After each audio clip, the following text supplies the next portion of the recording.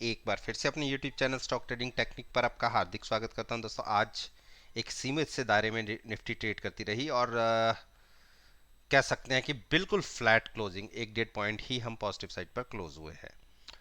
Expiry week है और expiry से केवल हम 3 दिन दूर हैं। और आप सभी जानते हैं कि जब हम एक्सपायरी के वीक के अंदर या एक्सपायरी से 2 दिन पहले तक अगर मैं बात करूं इंडिकेटर्स की, तो ऐसे में कोई भी इंडिकेटर्स काम नहीं करते।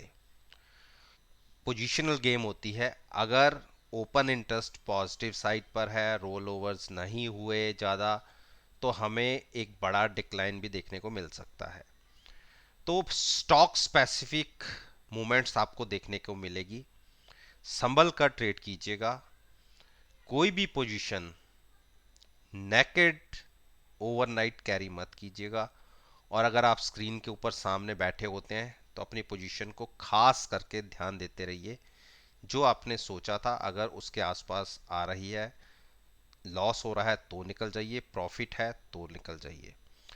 तो कैसी संभावनाएं हमें 28 सितंबर की सेशन के अंदर देखने को मिल सकती हैं, एक बार उसको डिस्कस करने की कोशिश करेंगे निफ्टी इंडेक्स के इन 10 स्टॉक्स के अंदर। इसके साथ साथ मेरे व्हाट्सएप ग्रुप की परफॉर्मेंस भी आज बहुत अच्छी रही। आज तकरीबन हमने 6 से 7 ट्रेड्स लिए, जिसमें से एशियन पेंट प्रॉफिट में क्लोज कर दिया 5,000 के प्रॉफिट में। एक्सिस बैंक का एक बुल स्प्रेड बना के बैठे हुए हैं, इसको कैरी करा है हमने कल के लिए। टीवीएस मोटर्स को तकरीबन 3500 के प्रॉफिट के साथ क्लोज किया। एस्कॉर्ट्स में हमें 82 को 8200 का प्रॉफिट रहा। हीरो मोटोकॉर्प में एक हमने ऑप्शंस के थ्रू ट्रेड किया बाय करके, उसमें 2250 रुपये का प्रॉफिट रहा। वोल्टास को बियर स्प्रेड की तरीके से ट्रेड किया है, 3-4 रुपीस हमारे फेवर में था, तो हमने अभी एग्जिट नहीं लिया, अभी हमारे पास ट्रेड ओपन है।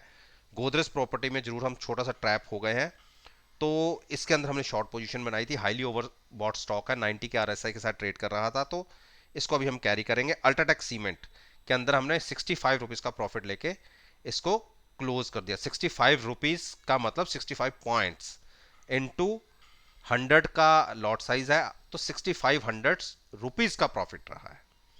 तो ये थी मेरे व्हाट्सएप ग्रुप की परफॉर्मेंस। अब अगर कोई आप में से ड्यूरिंग द मार्केट मेरे साथ मेरे ग्रुप को एनालाइज करना चाहता है, तो आप मेरे को ज्वाइन कर सकते हैं। एक हफ्ता आपको बिल्कुल फ्री दिया जाएगा, उसके बाद आपकी मर्जी है। रिजल्ट्स अच्छे आए तो मेरे साथ कंटिन्यू कीजिएगा, अदरवाइज आप खुद एग्जिट हो सकते हैं। मेरे साथ जुड़ने का तरीका है, आप मुझे ईमेल आईडी पर अपना कॉन्टैक्ट नंबर फॉरवर्ड कीजिए, मैं आपको खुद ऐड करूंगा। अब बात करते हैं एचपीसीएल। देखिए, एचपीसीएल के अंदर मैंने आपको 2 टारगेट के ऊपर ध्यान रखने के लिए बात करी थी।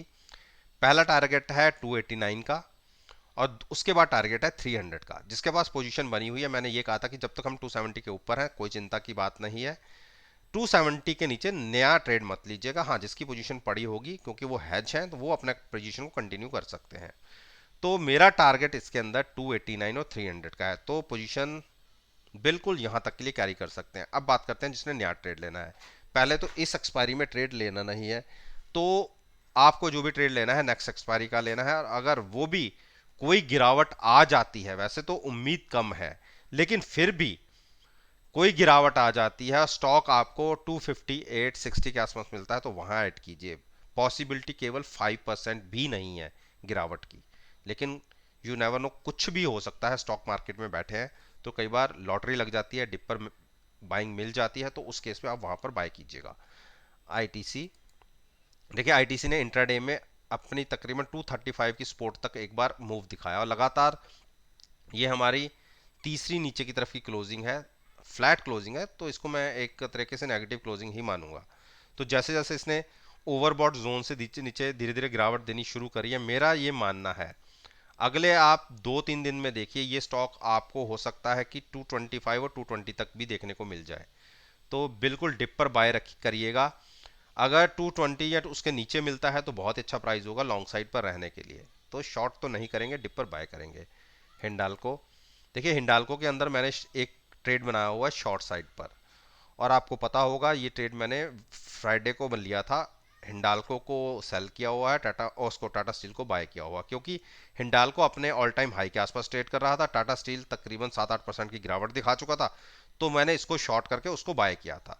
तो अभी तो हमें कोई प्रॉफिट नहीं आ रहा, हाँ उल्टा नुकसान ही हो रहा है। लेकिन मैं इस ट्रेड को कंटिन्यू रखूंगा। अब जिसको इसको गिरावट पर बाय करना है और गिरावट पे ये प्राइस रहेगा तकरीबन, वैसे पॉसिबिलिटी कम है गिरावट की, लेकिन फिर भी 463 के नीचे मिले तो आप वहां पर बाय कर सकते हैं। 440 और 463 के बीच में कहीं पर भी आप बाय कर सकते हैं गिरावट पर। डॉक्टर रेड्डी ने देखिए इंट्राडे में एक बड़ी गिरावट दिखाई थी, 4730 तक का प्राइस लगाने के बाद भी हायर साइड की क्लोजिंग आई है। जिसको बाय करना है, मैंने आपको बताया है कि 4900 के ऊपर क्लोजिंग मिले तो बाय कीजिएगा, फ्रेश किसी को ट्रेड लेना नहीं है। और नीचे से जरूर एक बाइंग दिखी है, लेकिन आप ये देखिए पिछले 4 दिन से लगातार हम एक के बाद एक लो दिखाते हुए और अपनी सारी मूविंग एवरेजेस के नीचे क्लोज हो रहे हैं। तो मेरी बात मानिए, जो नीचे से अपनी पोजीशन लेके चल रहे हैं काफ़ी नीचे से 4500 के आसपास से अच्छे प्रॉफिट में आप बैठे हुए हैं, अपना प्रॉफिट लीजिए और 2-3 दिन के लिए अवॉइड करिए, स्टॉक मार्केट से दूर रहिए। नए एक्सपायरी के अंदर आप ट्रेड लीजिएगा, वो भी एक्सपायरी वाले दिन से अगले दिन, यहां से थोड़ा सा अवॉइड कर दीजिए। सिप्ला, देखिए सिप्ला को मैंने आपसे, जब इसने 970 के ऊपर ट्रेडिंग शुरू करी थी तो मैंने ये कहा था कि 990 1000 के टारगेट दिख सकते हैं। और उससे पहले जब यहाँ का कंसोलिडेशन फेज चल रहा था, मैंने आपको हमेशा कहा कि 935 25 के बीच में लीजिए और 965 के आसपास एग्जिट कर लीजिए। तो 990 या 1000 तो टारगेट लगाए नहीं, लेकिन दूसरे दिन लगातार इसने नीचे की तरफ की एक लोज लगाए हैं, तो हमें यहाँ बाय नहीं करना। अगर स्टॉक गिरावट में 940 के आसपास मिलेगा तो बाय कीजिएगा। देखिए थोड़ी सी इसमें गिरावट आ सकती है, देखिए बियरिश क्रॉसओवर की पॉसिबिलिटी बन रही है अगर मैं यहाँ से बात करूँ तो, इसलिए गिरावट पर बाय करने की स्ट्रेटजी होगी। 940 या उसके नीचे मिलेगा तो बिल्कुल बाय कर सकते हैं हैचिंग के साथ। ब्रिटेनिया, ब्रिटेनिया ने आज फिर से संभल गया, देखिए नीचे इंट्राडे में निकला जरूर, भारती, तो उसके बाद वापस क्लोजिंग मिली है। लेकिन अगर हमें 718 के नीचे क्लोजिंग मिल जाती है तो आपको 695 एक ही दिन में दिख सकता है, तो एक बेरिश क्रॉसओवर बन चुका है। मेरे हिसाब से इसको शॉर्ट का कैंडिडेट होगा। अगर कल हमें 718 के नीचे ट्रेडिंग मिलती है तो 720 के आसपास की कॉल बाय करके फ्यूचर सेल कर सकते हैं 695 के टारगेट के लिए।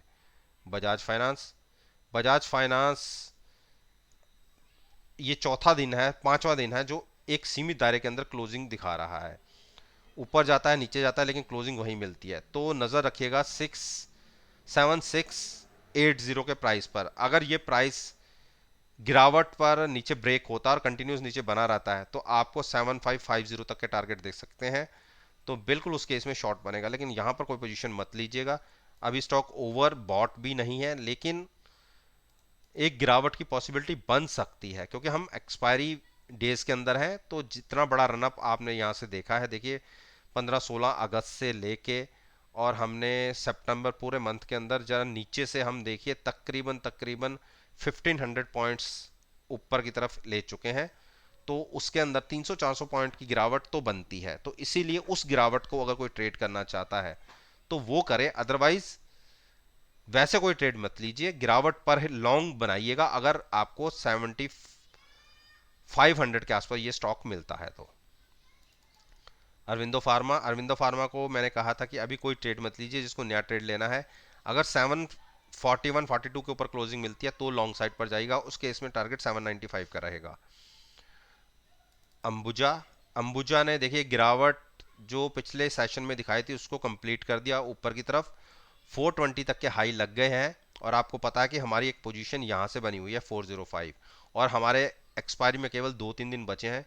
तो इस टाइम हम प्रॉफिट में आ गए हैं, फिर से कल एक और बाउंस मिल जाता है, स्टॉक 425 के आसपास चल जाता है तो एक बार हम एग्जिट लेने की कोशिश करेंगे प्रॉफिट के साथ।